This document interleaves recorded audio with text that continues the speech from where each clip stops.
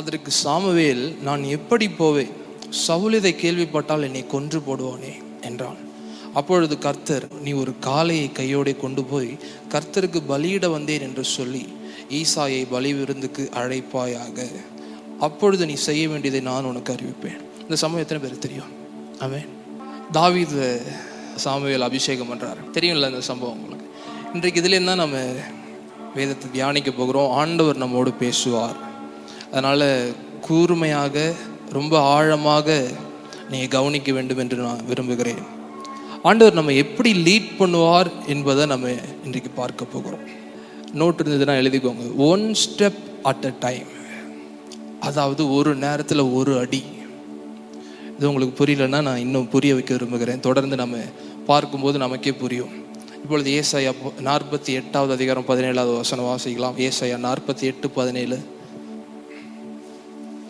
ஆமென். ஆண்டவர் நம்மளை பிரயோஜனமாக இருக்கிறத நமக்கு போதித்து பெர்ஃபெக்ட் பாத்தில் நம்மளை நடத்தணும்னு அவர் ஆசைப்படுறாரு. இங்கிலீஷில் அந்த வசனம் எப்படி இருக்குன்னா, he leads us to profit. அதாவது எங்கெங்கெல்லாம் நமக்கு ப்ராஃபிட் இருக்கோ அங்கே தான் நம்மளை நடத்துவார். ஆமென். தேவனுடைய சித்தம் உங்களுக்கு நேராக என்ன தெரியுமா? என்னாகமத்தில் வாசிக்கிறோம், இஸ்ரவேலை ஆசீர்வதிப்பதே கர்த்தருக்கு பிரியம். பிலேயாம்ன்ற ஒருத்தன், ஒரு பாலாக் ராஜா அவனை ஹையர் பண்ணுறாரு. ஞாபகம் வந்துச்சா? இப்போ இஸ்ரேல் மக்களுக்கு விரோதமாக ஒரு சாபத்தை கூறணும்னு இவனை ஹையர் பண்ணார். ஏன்னா இவன் சொல்கிறதெல்லாம், இதுக்கு முன்னாடி இவனோட ஹிஸ்ட்ரியை பார்த்தா இவன் சொல்கிறதெல்லாம் நடந்துருச்சு. இவன் யாரெல்லாம் சபிக்கிறானோ அதெல்லாம் சபிக்கப்பட்டவன் ஆயிடுறான்.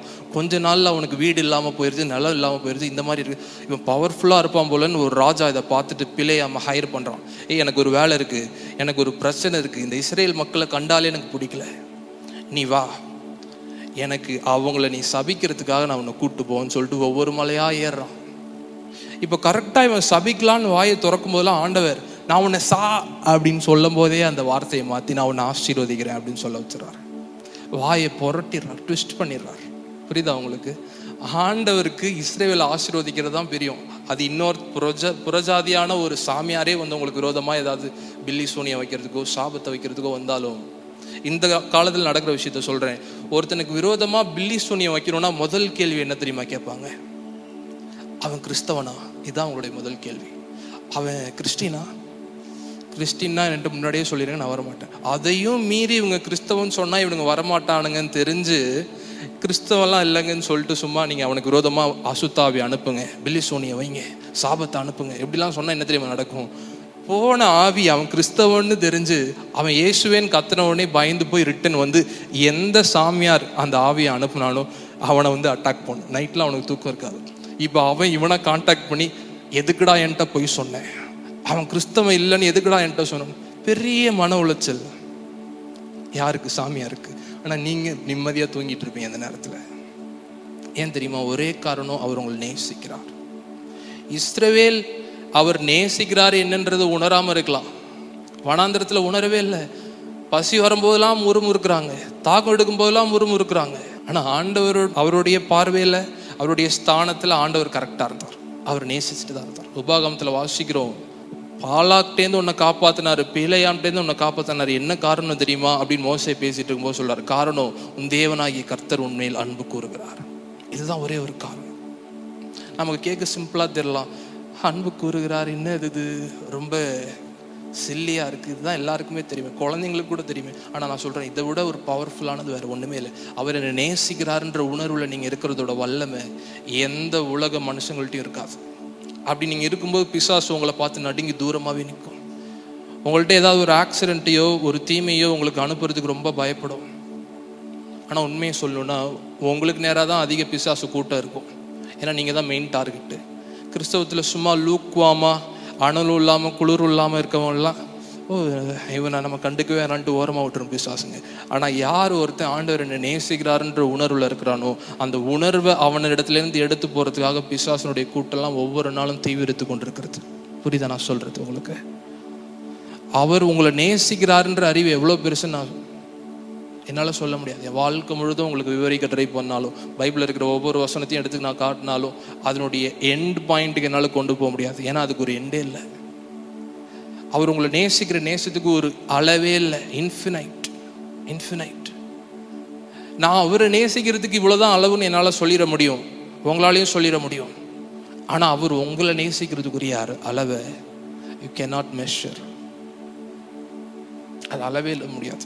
அதனால தான் நமக்கு முக்கியமான ஒன்று, காலைல ஏந்திச்சோடனே நீங்கள் ஒவ்வொரு நாளும் பண்ண வேண்டிய விஷயம் என்னென்னா, காலைல ஏந்திரிச்ச உடனே நீங்கள் நேற்று இருந்து அதே ஸ்தானத்தில் இருக்க மாட்டீங்க. இன்னைக்கு சண்டேனா நாளைக்கு காலைல எழுந்திரிக்கும் போது நேற்று இருந்து அதே ஒரு ப்ரெசன்ஸில் நீங்கள் இருக்க மாட்டீங்க. காலைல ஏந்திச்ச உடனே உங்களுக்கு அன்ரைச்சஸ் தாட்ஸ், அநீதியான எண்ணங்கள்லாம் நிறையா வரும். என்னமோ நீங்கள் நீதிமானே இல்லாதது போல் உங்களுக்கு உணர்வுகள் வரும். நேற்று என்ன நடந்துச்சு, முந்தா நேற்று நடந்துச்சு, குற்ற உணர்வுகள். அப்போ தான் அவன் அட்டாக் பண்ணுற ஸ்பெசிஃபிக் டைமே உங்கள் மார்னிங் டைம் தான்.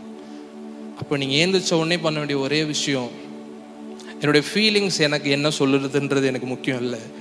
பிசாசு என் காதில் என்ன பேசுகிறாருன்றது எனக்கு முக்கியம் இல்லை. இயேசு என்னை பார்த்து சொல்லிட்டாரு, அவர் என்னை நேசிக்கிறார். ஆமென். எத்தனை பேருக்கு புரியுது நான் பேசுறது உங்களுக்கு? அவர் என்னை நேசிக்கிறார். So simple but Ed so powerful. ரொம்ப சிம்பிள், ஆனால் இதை விட வல்லமையானது ஒன்றும் இல்லை. ரொம்ப பவர்ஃபுல்லானது. இஸ்ரேல் அதை உணரல. அதுக்கப்புறம் என்ன தெரியுமா நடக்குது? அவன் ஒவ்வொரு மலையாக கூட்டு போய் அவனுக்காக பலி செலுத்தி, இங்கே வை. இந்த பீலேயாமுக்கு நல்லா தெரியும், ஆண்டவர் இஸ்ரவேல் மக்களை ஆசீர்வதிக்கிறதுக்கு தான் பிரியப்படுறாரு. இருந்தாலும் இந்த பீலேயாம், இந்த பாலாக்கு எனக்கு ஏதாவது கொஞ்சம் நிறைய ஆஃபரிங் கொடுத்துருவான், நிறையா இவன்ட்டேருந்து கறந்துடலான்னு சொல்லிட்டு பிளான் பண்ணி ஒவ்வொரு மலையாக போகிறான். போய் பண்ணு வாங்கிட்டு தான் வரான். ஒன்றும் அஃபெக்ட் பண்ணல. என்ன தெரியுமா கடைசியில் அஃபெக்ட் பண்ணுச்சு? அடுத்த அதிகாரங்கள்லாம் நீங்கள் வாசிக்கும் போது உங்களுக்கு தெரியும். பீலேயாம் ஒரு புத்தீனமான கேவலமான ஒரு ஐடியாவை கொடுத்துட்டு போகிறான் அந்த இடத்துலேருந்து. இப்படிலாம் பண்ணால் வேலைக்கு ஆகாது பாலாக் ராஜாவே. நீங்கள் என்னை வச்சு சபிக்கலாம் நினச்சிங்க, செட் ஆகலை, முடியாது. நீங்கள் ஒன்று பண்ணுங்க, அந்த இஸ்ரவேல் மக்களிடத்துல வேசிகளை அனுப்புங்க. அவங்க அதுக்கு மயங்கி போய் விழுந்தாங்கன்னா கர்த்தருடைய கோபம் அவங்க மேலே வரும். அதுக்கப்புறம் அவங்க நீங்கள் அழிக்கவே தேவையில்லை, அவங்களே அழிஞ்சிருவாங்கன்னு சொன்னான். எவ்வளோ பெரிய கேவலமான ஐடியா பார்த்தீங்களா? பீலேயாமுடைய வழி என்னன்னா, கர்த்தர் ஆசீர்வதித்ததை சபிக்க நினைக்கிறது தான் பீலேயாமுடைய வழி. புரியுதா உங்களுக்கு? கர்த்தர் உங்களை ஆசீர்வதிச்சிட்டாருன்னா அதை சபிக்க நான் ட்ரை பண்ணுறேன், நீங்கள் போய் எதிரி கூட போய் நின்று நான் சபிக்கிறேன்னு ட்ரை பண்ணீங்கன்னா உங்களுடைய வழி கர்த்தருக்கு அருவருப்பானது. ஒரு ஆழமான ஒரு காரியத்தை நான் உங்களோட பேசலாம்னு நினைக்கிறேன். புதிய ஏற்பாட்டில் அனனியா சப்பிரால்னு 2 பேர் இருந்தாங்க, தெரியுமா உங்களுக்கு? அந்த சம்பவம் ஃபுல்லாக அவங்களுக்கு தெரியும்ல. அதுக்கு பின்னாடி ஆண்டவர் மறைத்து வைத்திருக்கிற பொக்கிஷங்கள்லாம் அதை எனக்கு வெளிப்படுத்துறதுக்கு நான் ரொம்ப பாக்கியம் பெற்றுவேன். அதை நான் உங்களோட பகிர்ந்து கொள்கிறேன். எப்படியாவது உங்களுக்கு அது புரியணும்னு நான் ஆசைப்படுறேன். அனனியானா அதுக்கு என்ன அர்த்தம்னா, ஹீப்ரூல ஹனன் யா. ஹனன்னா கிருபன் அர்த்தம். யானா என்ன ரோஹித்? தேவன். யானா தேவன் அர்த்தம். அதனால தான் யாவே ஹல்லேலூயா முடிகிற இடம் யானா தேவன் அர்த்தம். ஹனன்னா கிருபன் அர்த்தம். அதாவது தேவனுடைய கிருபை. அனனியானா தேவனுடைய கிருபன் அர்த்தம். இப்போ சப்பிரான் இருக்கு பாருங்க, அந்த வார்த்தை, சப்பிரான்ற வார்த்தைக்குரிய அர்த்தம் என்னன்னு நான் உங்களுக்கு சொல்கிறேன். சப்பிரான்ற வார்த்தை எதுலேருந்து வந்துச்சுன்னா, சாஃபயர் ஸ்டோன் கேள்விப்பட்டிருக்கீங்களா? சாஃபயர் சயின்ஸ் புக்லாம் படிச்சிருப்பீங்க. சாஃபயர் ஸ்டோன் தமிழில் நீலக்கல்னு சொல்லுவாங்க. லீப்பஸ் லசூலின்னு இன்னொரு பேர் இருக்குது. சாஃபயர் ஸ்டோன், ப்ளூ கலரில் ஒரு ஸ்டோன் இருக்கும், படிச்சிருப்பீங்க. இந்த ராக்ஸ்லேருந்து எடுப்பாங்களே, ஞாபகம் வந்துருச்சா அவங்களுக்கு? அதே தான் அந்த சஃபயர் ஸ்டோன்ற அந்த ஸ்டோனு. சில பேருடைய மோதிரத்தில் கூட ப்ளூ கலரில் பார்த்துருப்பீங்க. அந்த சஃபயர் ஸ்டோன்லேருந்து எடுத்த ஒரு இதை வச்சு செஞ்சுருப்பாங்க. இந்த ஸ்டோன் எங்கே முதல் ஆரம்பமாச்சுன்னா, ஆண்டவராகிய இயேசு கிறிஸ்து சீனாய் மலையில் இறங்கி வராரு. பழைய ஏற்பாட்டில் இறங்கி மோசேக்கு 10 கட்டளைகளையும் எழுதி கொடுக்குறாரு. இந்த சம்பவம் உங்களுக்கு தெரியும். அப்போ வசனம் சொல்லுகிறது, யாத்திராகமம் 24வது அதிகாரத்தில் அவர் இறங்கி வந்து, முதலாவது நான் இதை சொல்லிடுறேன். சாஃபயர் ஸ்டோனை எப்படி உண்டாக்குவாங்கன்னா, எக்ஸஸ் ஹீட், அதாவது அதிகபட்சமான உஷ்ணத்தை ஒரு ராக்ல, ஒரு பாறையில் கொடுக்கும் பொழுது அந்த பாறை கருப்பு கலர்லேருந்து மாறி ப்ளூ கலர் ஆயிருமா, இன்னும் ஹார்ட் ஆயிரும். அது விலை மதிப்புள்ள ஒரு கல்லாக மாறிடுமாமா, எக்ஸஸ் ஹீட். இப்போ நான் கேட்குறேன், பழைய ஏற்பாட்டில் ஆண்டவர் இறங்கி வந்தார். அவர் இறங்கி வந்த உடனே அந்த இடம்லாம் புகைக்காடாயிருச்சு. இங்கேருந்து பார்க்குறவங்களுக்கு அது ஒரு பச்சிக்கிற அக்கினி போல் தெரிந்ததுன்னு நம்ம வாசிக்கிறோம்ல சீனாய் மலை மேலே. நான் கேட்குறேன், அங்கே இருக்கிற ராக்ஸ்லாம் அப்படியே ஹார்டாகி ப்ளூ கலரில் மாறி இருக்குமா, மாறி இருக்காதா? நான் சொல்லிட்டீங்க, நம்ப வேண்டியதில்லை. வசனம் சொல்லுகிறது, யாத்திராகமம் 24வது அதிகாரம் 10வது வசனத்தை வாசிக்கலாமா? யாத்திராகமம் 24:10 நான் உங்களுக்காக வாசிக்கிறேன். இஸ்ரவேலின் தேவனை தரிசித்தார்கள், அவருடைய பாதத்தின் கீழே நீல கல்லிழைத்த வேலைக்கு ஒப்பாகவும் தெளிந்த வானத்தின் பிரபைக்கு ஒப்பாகவும் இருந்தது. இதுக்கு மேல நான் உங்களுக்கு சொல்லணும் அவசியம். இப்போ ஆண்டவர் இறங்கி சீனாய் மலை மேலே இருக்கிறாரு. இப்போ அவருடைய ஹீட் தாங்க முடியாமல் ஜனங்களுக்கெல்லாம் மலை அடிவாரத்துலேருந்து பார்க்கவே இது பயங்கரமான காட்சியாக இருக்குது. அப்போனா கீழே இருக்கிற பாறைக்கு அது எவ்வளோ ப்ரெஷர்ஃபுல்லாக இருந்திருக்கும் யோசிச்சு பாருங்க. அந்த பாறை அவருடைய ஹீட்டை தாங்க முடியாமல் அவர் வெட்டின பாறை அதுதான், நல்லா பார்த்துக்கோங்க. அதுலேருந்து தான் வெட்டி 2 கல் எடுத்து அதில் 10 கல்லில் எழுதி கொடுக்குறாரு. இப்போ அது ப்ளூ கலரில் இருக்குமா இருக்காதா? நீங்கள் சொல்லுங்கள், நான் சொல்ல. வசனம் சொல்லுகிறது நீல கல்லிழைத்த. அதை பார்த்தாலே ரிஃப்ளெக்ஷன்லாம் தெரியுது, அவ்வளோ பியூர் ஆயிடுச்சு. அக்கினி எதில் பட்டாலும் கோல்டாக இருக்கட்டும் சில்வராக இருக்கட்டும் என்ன ஆகுது? பியூர் ஆகுதா? அதே மாதிரி தான் அந்த கல்லில் இருக்கிற இம்ப்யூரிட்டிஸ்லாம் போகுது, ப்ளூ கலருக்கு வந்துடுது. அந்த சாஃபயர் ஸ்டோன் அப்படி தான் உருவாகுது. இப்போ அதுலேருந்து எடுத்து தேவன் எழுதி கொடுக்குறார். நான் என்ன சொல்ல வரேன்னு சொல்ல வந்த விஷயத்துக்கு நேராக வருகிறேன். அப்போஸ்தலர் 5ஆவது அதிகாரத்தில் நம்ம வாசிக்கிறோம், அனனியா சப்பிரால்ன்ற 2 பேர் வராங்க. ஒருத்தன் தேவனுடைய கிருபை, இன்னொருத்தன் என்ன? நான் சொன்னதை வச்சு தெளிவாக சொல்லுவேன். 10 கட்டளைகளை குறிக்கிறவன், நியாயப்பிரமாணத்தை குறிக்கிறவன். நியாயப்பிரமாணம்னா 613 கட்டளைகளும் சேர்ந்து தானே நியாயப்பிரமாணம்னு சில பேர்லாம் கேட்கலாம். அதனுடைய ஒட்டுமொத்த ஆதாரமே இந்த 10 கட்டளை தான். பழைய ஏற்பாட்டில் தேவன் கொடுத்தது. கூட இருக்கிறது கிளை கட்டளைகள் மாதிரி தான் அந்த மீதி இருக்கிற 600 கட்டளைகளும். இப்போ அனனியா சப்பிரால் பேதுருவினிடத்துல வராங்க, தங்களுடைய காணியாட்சியை விற்று அதில் இருக்கிற பணத்தை கொண்டு வராங்க. மற்றவங்களாம் பண்ணுற மாதிரி படிச்சிருக்கியா அஸ்வின்? தன்னுடைய நிலத்தெல்லாம் விற்றுட்டு கொண்டு வராங்க. அதுக்கு விற்ற பணத்தை இந்தாப்பா பேதுரு அவனுடைய பாதத்தில் வைக்கிறேன்ட்டு வச்சுட்டு போகிறாங்க. இப்போ அவங்க வந்த நோக்கம் வேற, அதையும் நம்ம பார்த்துடலாம். வந்த உடனே பேதுரு பார்த்து கேட்குறாரு, நிலத்தை இவ்வளவுக்கு தான் வித்தியா அப்படின்றாரு. என்ன சொல்கிறான் அனனியா? ஆமாம், இவ்வளோக்கு தான் விட்டேன். அவ பொய் சொல்கிறான்றது தெளிவாக பேதுருக்கு தெரிஞ்சிச்சு. கொஞ்ச நேரம் கழிச்சு இப்போ உடனே இவன் செத்துட்டான். மனைவி வரா திரும்ப சப்பிரால் வந்து, நிலத்தை இவ்வளோக்கு தான் வித்தியாமான்ட்டு திரும்பவும் அதே கேள்வி கேட்குறாரு. என்ன நடக்குது? ஆமாம், அவ்வளோக்கு தான் விட்டேன். புருஷன் செத்தது தெரியாமல் உள்ள வந்துட்டா, பாவம் அவளும் செத்துட்டா கொஞ்ச நேரத்தில். இப்போ அடுத்து ஒரு வசனம் வருது, வாலிபர் வந்து அந்த பணங்களை எடுத்துகிட்டு போனாங்கன்னு ஒரு வசனத்தை வாசிக்கிறோம். வாசிக்கலாமா? அப்போஸ்தலர் 5ஆவது அதிகாரம் 1ஆவது வசனம். இதை நான் விவரித்து உங்களுக்கு புரிய வைக்க பரிசுத்தாவியினுடைய வல்லமையோடு நான் பிரயாசப்படுகிறேன். 5ஆவது அதிகாரம் 1ஆவது வசனம் வாசிங்க, நான் வாசிக்கிறேன். அனனியா என்னும் பேருள்ள ஒருவனும் அவனுடைய மனைவியாகிய சப்பீராலும் தங்கள் காணியாட்சியை விற்றார்கள். அடுத்து நடந்ததெல்லாம் நம்ம பார்த்தோம், சுருக்கமாய் பார்த்தோம். 7ஆவது வசனம், ஏறக்குறைய 3 மணி நேரத்துக்கு பின்பு அவனுடைய மனைவி நடந்ததை அறியாமல் உள்ளே வந்தாள். பேதுரு அவளை நோக்கி, நிலத்தை இவ்வளவுக்கு தானா விற்றீர்கள், எனக்கு சொல் என்றான். அவள், ஆம், இவ்வளவுக்கு தான் விற்றோம் என்றாள். பேதுரு அவளை நோக்கி, கர்த்தருடைய ஆவியை சோதிக்கிறதற்கு நீங்கள் ஒருமனப்பட்டது என்ன? இதோ உன் புருஷனை அடக்கம் பண்ணினவர்களுடைய கால்கள் வாசற்படியிலே வந்திருக்கிறது, உன்னையும் வெளியே கொண்டு போவார்கள் என்றான். உடனே அவள் அவனுடைய பாதத்தில் விழுந்து ஜீவனை விட்டாள். வாலிபர் உள்ளே வந்து அவள் மரித்து போனதை கண்டு அவளை வெளியே எடுத்து கொண்டு போய் அவளுடைய புருஷன் அண்டையிலே அடக்கம் பண்ணினார்கள். இதுதான் ரொம்ப முக்கியமானது. இது சாதாரணமாக ஒரு நடந்த சம்பவத்தை நான் எழுதி வைக்கிறேன், நீங்கள் படிங்கன்னு ஆண்டவர் எழுதி வைக்கல நமக்காக. இதுக்கு பின்னாடி இருக்கிற ப்ராஃபட்டிக்கல் மீனிங் என்ன நான் உங்களுக்கு சொல்லுகிறேன். நம்ம இருக்கிற காலம் என்ன காலன்றதை நான் உங்களுக்கு தெளிவாக சொல்கிறேன். கடைசி காலம்னு எல்லாருக்கும் தெரியும், ஆனால் என்ன ஸ்பெசிஃபிக் காலன்றதை நான் உங்களுக்கு சொல்லுகிறேன். பவுல் பிரசங்கித்த சுவிசேஷத்திலிருந்து பல்லாயிரம் வருஷமாக அந்த சுவிசேஷத்திலிருந்து விலகி நம்ம கலப்படன்ற ஒரு ரேஞ்சுக்கு வந்துட்டோம். கலப்படம் அப்படின்ற ஒரு ரேஞ்சுக்கு வந்து நின்றுட்டு இருக்கிறோம். தமிழ் கிறிஸ்தவ சபைகள் மட்டும் இல்லை, உலகம் முழுவதும் இருக்கிற எல்லா சபைகளும் கலப்படம். என்ன கலப்படம்? கிருபையும் இருக்குது, ஆனால் நீ கரெக்டாக இருக்கணும். நியாயப்பிரமாணம் இருக்குது, நீ கரெக்டாக இருக்கலைன்னா கிருபை ஒன்றை ஒன்றும் காப்பாற்றாது. நீ கரெக்டாக இல்லைன்னா கிருபை ஒன்றை காப்பாற்றாது. கரெக்டாக இருந்தால் தான் பரலோகத்துக்கு வர முடியும் அப்படின்னு சொன்னாங்கன்னா நீங்கள் அதை கேட்கவே வேணாம். ஏன் தெரியுமா? மற்ற மதங்கள் எல்லாம் அதே தான் சொல்லுகிறது, நீ சரியாக வாழு பரலோகத்துக்கு போவே. ஆனால் இந்த பைபிள் மட்டும் தான் சொல்லுது, உன்னால் சரியாக வாழ முடியாது, நீ ஒரு பாவி. மனம் திரும்ப இயேசுவை ஏற்றுக்கொள், இப்பொழுது அவர் ஒன்று நீதிமானாக மாற்றுவார். இப்போ நீ அதை விசுவாசா போதும், நீ பரலோகத்துக்கு வந்துடலாம். இடையில எந்த நாளில் உனக்கு மரணம் இருந்தாலும் பரவாயில்ல, நீ பரலோகத்துக்கு போயிடலாம். இதுதான் கிறிஸ்தவம் போதிக்குது. மற்றவங்க எல்லாம் முடிஞ்ச அளவுக்கு ட்ரை பண்ணு, மீதி ஆண்டவர் பார்த்துப்பார். முடிஞ்ச அளவுக்கு ட்ரை பண்ணு, கடவுளோட நல்ல செயலை பார்த்து ஒன்று பரலோகத்தை. நான் சொல்கிறேன், உங்கள்கிட்ட ஒரு சின்ன தவறான செயல் இருந்தால் கூட கடவுள் ஒன்று பரலோகத்தை ஏற்றுக்க மாட்டார். ஏன்னா அவர் அவ்வளோ பரிசுத்தர். அதனால தான் இன்றைக்கு நம்மளை தவிர, அதாவது இயேசுவை ஏற்றுக்கொண்டவர்களை தவிர வேற யாரும் பரலோகத்துக்கு வர முடியாது. ஆமேன். எத்தனை பேர் இதை ஒத்துக்கிறீங்க? இயேசு மட்டும்தான் ஒரே வழி. அவரும் ஒரு வழின்னு அவர் சொல்ல, நானே வழின்றார். I am the way, I am a வேன்னு அவர் சொல்ல, ஐ எம் த வே. அதாவது டெஃபினிட் ஆர்டிக்கல். அந்த தன்ற வார்த்தை டெஃபினிட் ஆர்டிக்கல். அதுக்கு என்ன அர்த்தம்னா, நானே, என்னை தவிர ஒருத்தனும் பிதாவின் இடத்துல வர முடியாதுன்னு அவர் சொல்லிட்டாரு.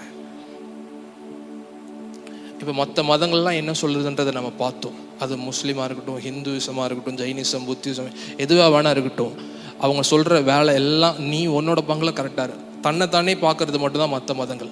ஆனால் கிறிஸ்தவம் மட்டும்தான் சிலுவையில் அவர் மரித்தார், அவரை நோக்கி பாரு, உன்னிடத்துலேருந்து உன் பார்வையை விலக்கு. சிலுவையில் உனக்காக ஒருத்தர் பாவமானார், அவர் செஞ்ச பாவத்தினால இல்லை, உன் பாவம் அங்கே போயிடுச்சு, அதனால நீ அங்கே பாரு. அவருடைய ரத்தத்தினால் உன்னை கழுவினார், புது சிருஷ்டியாக மாற்றினார், நீதிமானா இருக்கிற. இதுதான் கிறிஸ்தவம், இதை தான் பவுல் பிரசங்கித்தார். இப்போ இந்த சுவிசேஷத்திலிருந்து விலகி காலகாலமாக சபைகள்லாம் என்ன பண்ணிட்டாங்கன்னா, மக்களை பயமுடுத்தணுன்றதுனால, மக்கள் இதெல்லாம் தெரிஞ்சா பாவம் செய்வாங்களே, அவர் வெறும் கிருபையா மட்டும்தான் இருக்கிறாருன்னு சொன்னா பாவம் செஞ்சிருவாங்களேன்ற ஒரு பயத்துல, மாம்சீக பயத்துல என்ன பண்றாங்கன்னா, என்ன நினைச்சிட்டு இருக்கு, பைபிள் சொல்லுது நியாயப்பிரமாணம் இருக்கு, 10 கட்டளை இருக்கு, ஜாக்கிரதையாரு, பச்சைக்கிற அக்கினி ஒன்னை எப்போ வேணா பொசுக்கிடுவாரு. அவர் பைபிளில் சொல்லியிருக்குது பிரதர், அவர் பாவங்களை 3ஆம் 4ஆம் தலைமுறை வரைக்கும் விசாரிக்கிறார். படிச்சிருக்கீங்களா அந்த வசனத்தை? 3ஆம் 4ஆம் தலைமுறை வரைக்கும் பாவத்தை விசாரிப்பார், விடமாட்டார். நீ தப்பு செஞ்சதுக்கு உன் பேரன் பேத்துலாம் வருத்தப்படுவாங்க, ஜாக்கிரதையாரு. ஆனால் சிலுவை வந்ததுக்கப்புறம் ஒட்டுமொத்தமாக எல்லாம் மாறிச்சு. இப்போ என்ன தெரியுமா நமக்கு பைபிள் சொல்லுது, உன் பாவங்களை இனி என்றைக்கும் நினையாமல் இருப்பேன். படிச்சிருக்கீங்களா இந்த வசனத்தை? உன் பாவங்களை இனி என்றைக்கும் நினையாமல் இருப்பேன். ஒரே ஒரு காரணம், நாம் ஏதோ நல்லவங்களா இருந்ததுனால இல்லை, அவர் நல்லவராக இருந்தார். அவர் ரத்தத்தினால் நம்மளை கழுவி புது சிருஷ்டியா மாத்தினாமே. எபிரேயர் 8ஆவது அதிகாரத்தை எடுத்து வாசிக்கலாமா? 10ஆவது வசனத்தை. எபிரேயர் 8:10. ஆமென். அவர்கள் பாவங்களையும் அக்கிரமங்களையும் இனி நினையாமல் இருப்பேன். அந்த வசனத்தை கவனிங்க. இங்கிலீஷ்ல எப்படி இருக்குன்னா, I will remember their sins no more. ஒரு காலம் இருந்துச்சு ரட்சிக்கப்படுறதுக்கு முன்னாடி, சிலுவைக்கு முன்னாடி. இப்போ அவர் நடக்கிற பாவங்கள் எல்லாத்தையும் ஒன்று விடாமல் கணக்கில் வச்சுருந்தார் தேவன். ஒன்றுத்துக்கும் விடாமல் தண்டனையை கொடுத்தார். அவர் கிருபை உள்ளவர்ன்றதுனால அதில் நிறைய தண்டனையை கொடுக்காமே விட்டார், பழைய ஏற்பாட்டில் கூட. இருந்தாலும் அவங்க அத்தனை மனுஷங்க மேலேயும் அவர் இரக்கமாய் பரிதாபப்பட்டு கூட வச்சுருந்தார்.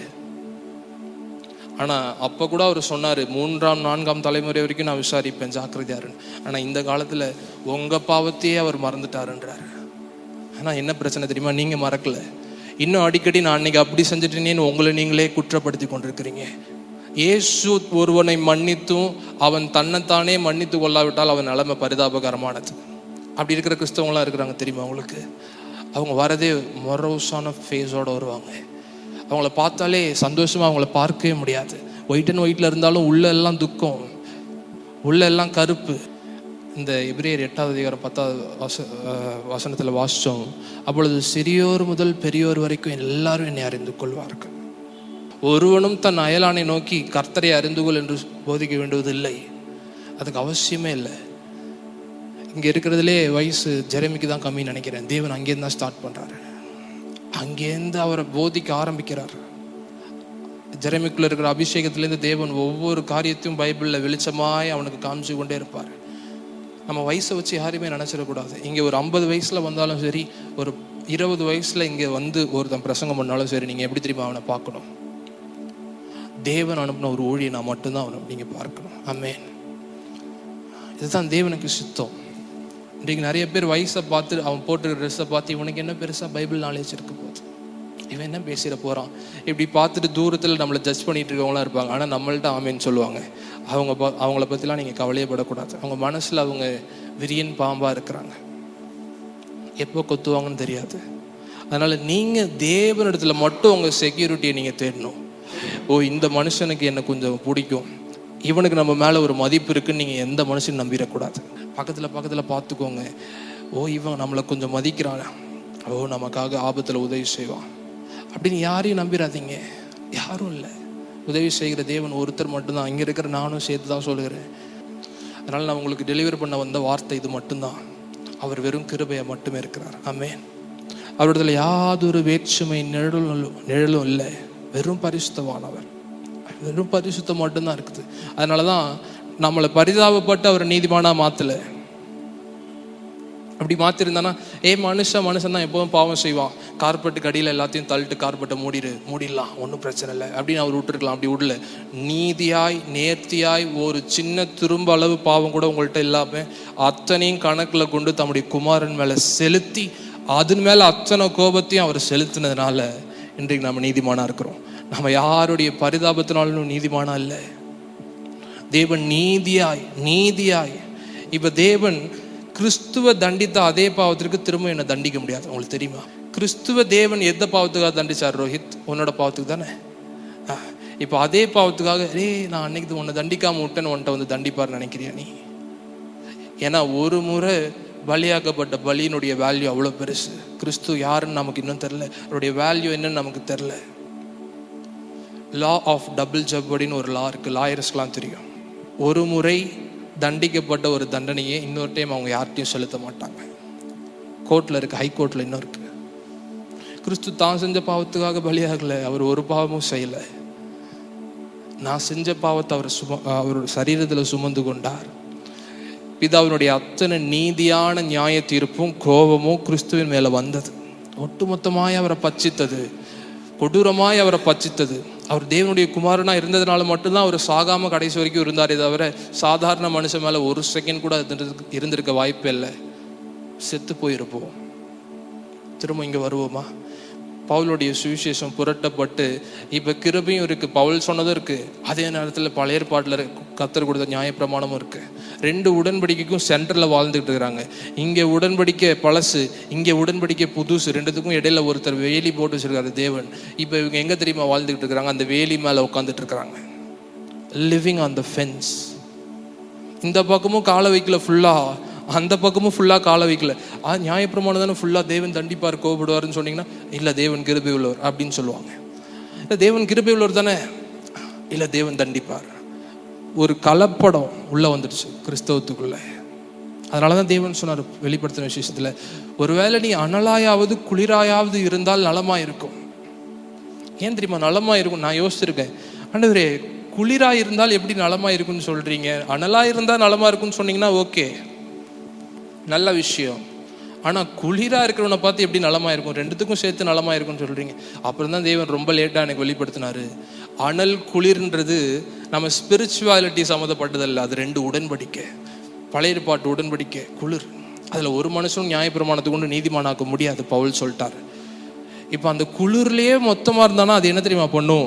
புதிய ஏற்பாட்டில் வாசிக்கிறோம், நியாயப்பிரமாணம் கிறிஸ்துவின் இடத்தில் வழி நடத்தும் உபாத்தியாக இருக்கிறது. அவனை துரத்தி கொண்டு வந்து என்னால் இதை கடைபிடிக்க முடியாதுங்க அப்படின்னு கிறிஸ்துவின் பாதத்தில் உட்காந்து சரண்டர் பண்ண வச்சிரும். புரியுதா உங்களுக்கு? ஏன்னா அது என்னால் ஒன்றும் முடியாதுன்ட்டு கிறிஸ்துவின் இடத்துல வழி நடத்தும் உபாத்தியாக தானே இருக்குது பிரதர் பைபிளில். அப்படியே நியாயப்பிரமாணம் வேண்டாம்னு சொல்கிறீங்கன்னு கேட்டிங்கன்னா அடுத்த வசனமே சொல்லுகிறது, விசுவாசம் வந்த பிறகு நாம் உபாத்திக்கு கீழ்பட்டவர்கள் அல்லவே. ஆமே, விசுவாசத்தினால் நீங்களும் நானும் நீதிமான், கிரையினால் நீங்கள் நானும் நீதிமான் அல்ல. விசுவாசத்தினால் மட்டுமே நீதிமான். உபாத்தினா என்ன? ஸ்கூல் மாஸ்டர், இங்கிலீஷில் அழகாக இருக்குது. பிரின்சிபல் சார் கீழே நீங்கள் வாழ்க்கை முழுக்க இருந்துருவீங்களா?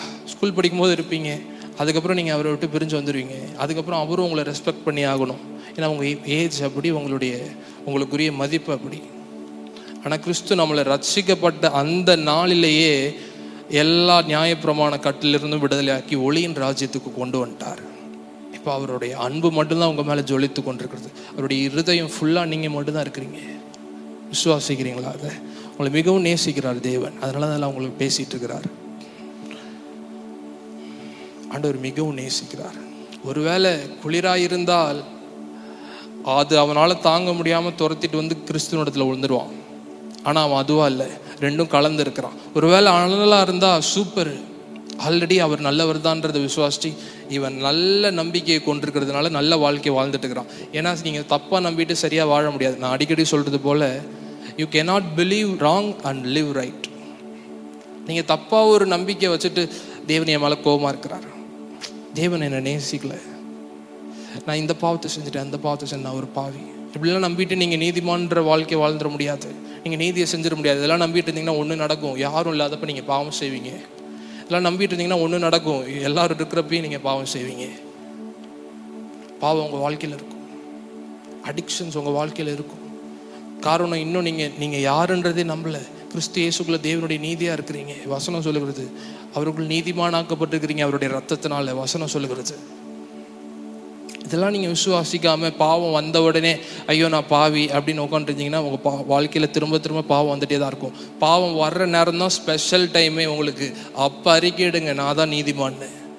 இவ்வளோ நீதிமான்றது அறிக்கையிடு. உன் பாவத்தை அறிக்கையிட அதுதான் உன்னுடைய அடையாளமாக்கிடுவான் பிசாசு. நீ பாவி இல்லை, ஒரு காலத்தில் பாவியாக இருந்தோம், ரத்தத்தினால கழுவுனாரு. அந்த ரத்தம் நம்மளை விட்டு என்னைக்கு போதோ அன்னைக்கு தான் நம்ம பாவி ஆக முடியும். ஆனால் ஒரு நல்ல செய்தி, அந்த ரத்தம் உங்களை விட்டு போகவே போகாது. அது அவ்வளோ பயந்த சுபாவம் கொண்டதில்லை அவருடைய ரத்தம். அவருடைய ஆவியானவர், நிறைய பேர் சொல்லுவாங்க அவர் புறா பிரதர், சென்சிட்டிவாக இருப்பார். சின்னதாக அவர் ஏதாவது நீங்கள் தப்பு பண்ணிட்டா, சூவிங்கம் மென்ட்டிங்கன்னா, சர்ச்சு நடக்கும்போது ஏதாவது ஒரு சூவிங்கம் வாயில் போட்டு மென்ட்டிங்கன்னா அவர் உங்களை விட்டு போயிடுவார். ஏன்னா அவர் சென்சிட்டிவ். ஒரு சின்ன பாவம் செஞ்சிட்டிங்கன்னா அவ்வளோதான், அவர் கான். அவர் புறா பிரதர், சென்சிட்டிவாக இருப்பார். புறா அவர் அந்த அளவுக்கு பயந்தாங்கொழி இல்லை. அவர் உங்க கூட கடைசி வரைக்கும் இருப்பார். அதுவும் ஏண்டா இங்கே இருக்கிறோன்னு வேண்டா விருப்பா இல்லை, பூரண மனசோடு உங்களுக்குள்ள இருக்கிறார். ஆமே. எத்தனை பேர் விசுவாசிக்கிறீங்க இந்த செய்தியை? இப்பொழுது அப்போஸ்தலர் 5க்கு நேராக வருவோம். இங்கே தேவன் வைத்திருக்கிற காரியம் என்னவென்றால், அனனியா தேவ கிருபை, சப்பிரால் நியாயப்பிரமாணத்தை குறிக்கிற அந்த கல்.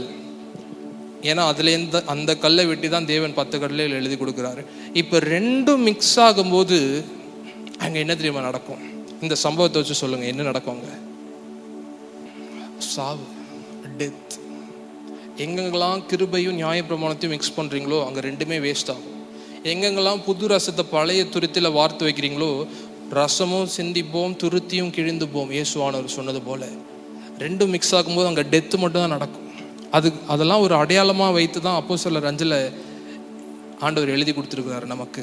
அனனியாவும் சப்பிராலும் மிக்ஸ் ஆகும் பொழுது, அவங்களுக்கு 2 பேருக்கும் திருமணம் நடக்கும்போது சபையில் என்ன நடக்கும்னா 2 பேருக்கும் செத்துருவாங்க. ரெண்டும் வேஸ்ட்டாக போயிடும். கிருபையும் வேஸ்ட்டு, புது ரசமும் வேஸ்ட்டு, சப்பிராலும் வேஸ்ட்டு, பழைய துருத்தியும் வேஸ்ட்டு. இதெல்லாம் அடையாளமாக வச்சிருக்கிறாரு. தேவ கிருபையும் நியாயப்பிரமாணத்தையும் ஒருவனும் மிக்ஸ் பண்ண துணியாது இருப்பானாக. இந்த துணிகரம் நடந்துருச்சு. இந்த துணிகரம் பல 100 வருஷங்களாக கிறிஸ்தவத்தில் நடந்துக்கிட்டு இருக்கு. தேவனுக்கு இது பிடிக்கவே பிடிக்காது.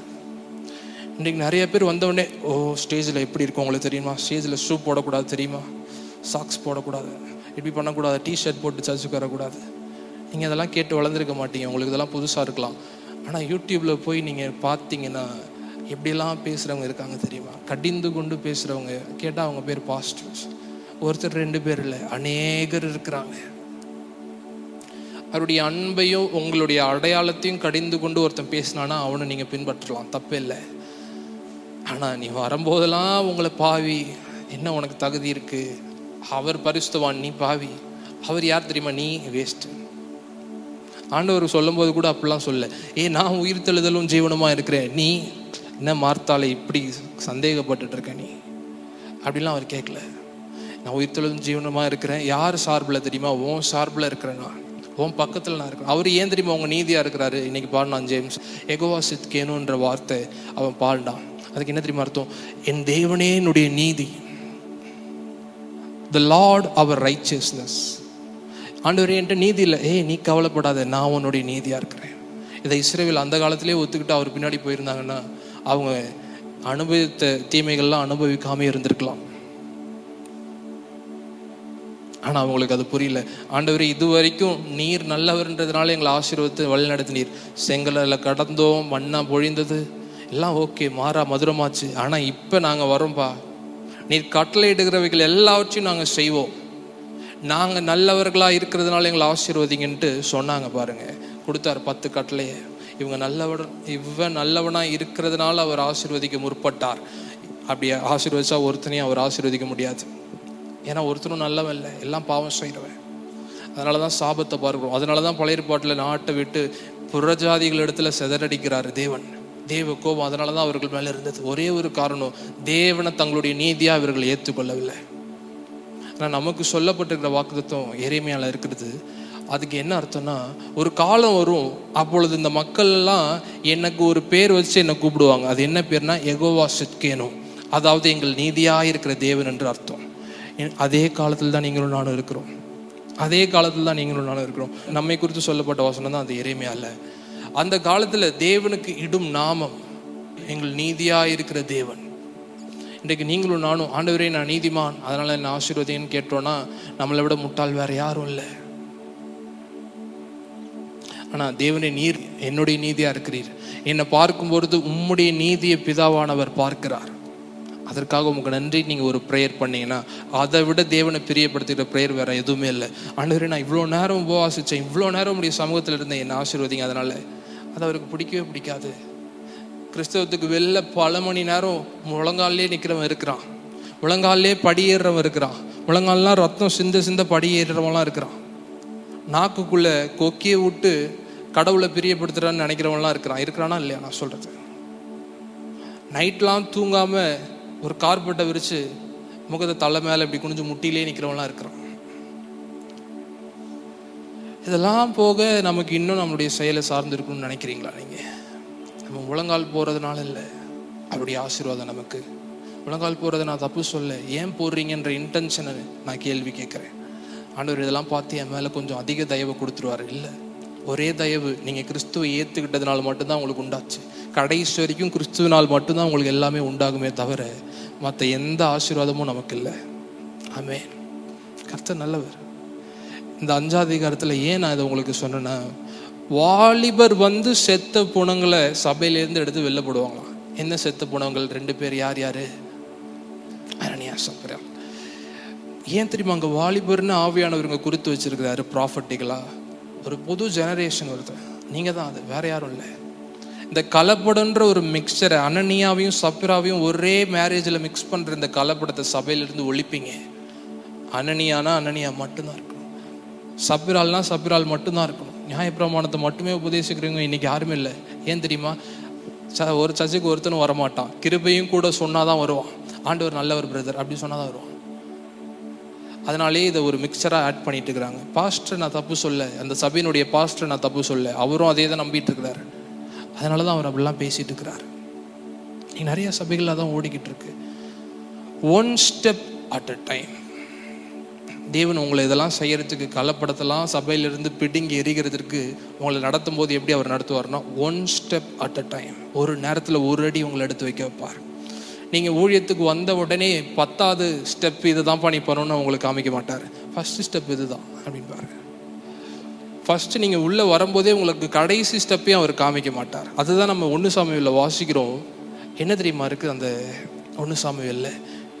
ஆண்டவர் உங்களை லீட் பண்ணணும்னு எத்தனை பேர் விரும்புகிறீங்க? இங்கே விரும்புகிறீங்களா? ஆண்டவர் உங்களை நடத்தணும், அவர் என்ன பிரயோஜனம் உள்ள வழியில் நடத்தணும்னு விரும்புகிறீங்களா? நீங்கள் உண்மையாகவே விரும்புகிறீங்களா? அப்படி நீங்கள் நடத்தணும்னு விரும்பினீங்கன்னா அவருடைய வழி என்னன்னு உங்களுக்கு தெரியணும், அவர் எப்படி நடத்துவாருன்னு தெரியணும். இங்கே சாமுவேல் அனுப்பிட்டார். என்ன தெரியுமா சொல்லுகிறார்? நீ உன் கொம்பை தைலத்தால் நிரப்பி கொண்டு வா, பெத்லகேமியனாகிய ஈசாயினிடத்துக்கு உன்னை அனுப்புவேன், அவன் குமாரரில் ஒருவனை நான் ராஜாவாக தெரிந்து கொண்டேன் என்றார்.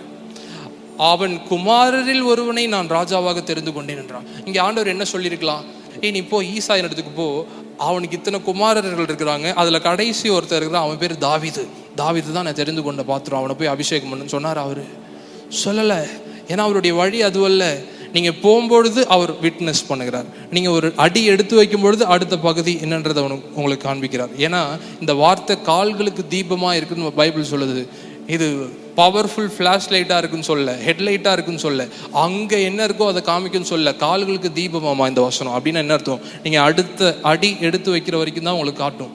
இப்போ அடுத்த அடி எடுத்து வச்சதுக்கப்புறம் அடுத்த அடி என்னன்றதை உங்களுக்கு காட்டும். இந்த பைபிளில் தான் இதுதான் கால்களுக்கு தீபம். அப்படிதான் தேவன் உங்களை நடத்துவார். ஆபிரகாமை பார்த்து சொன்னார், நீ உன் தேசத்தையும் உன் இனத்தையும் உன் தகப்பன் வீட்டாரையும் விட்டு நான் உனக்கு காண்பிக்கும் தேசத்துக்கு போ. நீ எந்திரிச்சு கானான்னு ஒரு தேசம் இருக்குப்பா, அங்கே நான் உனக்கு வழிகாட்டுறேன் போப்பான்லாம் சொல்ல, கானான்ற பேரே அவர் சொல்ல, கானான் தேசத்துக்கு போகலாம் சொல்ல, நான் உனக்கு கம்பெனி போ, நீ முதல்ல கிளம்பு, நீ முதல்ல ட்ராவலிங் ஸ்டேட்டில் வா, எங்கே போகிறனே தெரியாமல் ட்ராவல் பண்ணு, எங்கே போகிறனே தெரியாமல் ட்ராவல் பண்ணி நான் அந்த ட்ராவலிங் ஸ்டேட்டில் இருக்கும்போது உனக்கு ஒரு லீடிங் வரும். ஓ கானான் தேசமா, ஓ இங்கே தான் தேவன் நடத்துகிறாரா, நான் உனக்கு காண்பிக்கும் தேசம். அப்போ நீர் எனக்கு என்ன தேசத்தை காமிப்பீங்க இப்பயே சொல்லுங்க, இல்லைனா நான் வீட்டிலேருந்து கிளம்ப மாட்டேன்னீங்கன்னா நீங்கள் கடைசி வரைக்கும் வீட்டிலே தான் இருக்கணும். அவருடைய வழி அதுவல்ல. அவருடைய வே எல்லாத்தையும் உங்கள்கிட்ட முன்னாடியே சொல்லிட்டு நீங்கள் போகணுன்னா அது உங்களுக்கு ரொம்ப ஈஸி. விசுவாசத்துக்கு அங்கே இடமே இல்லை.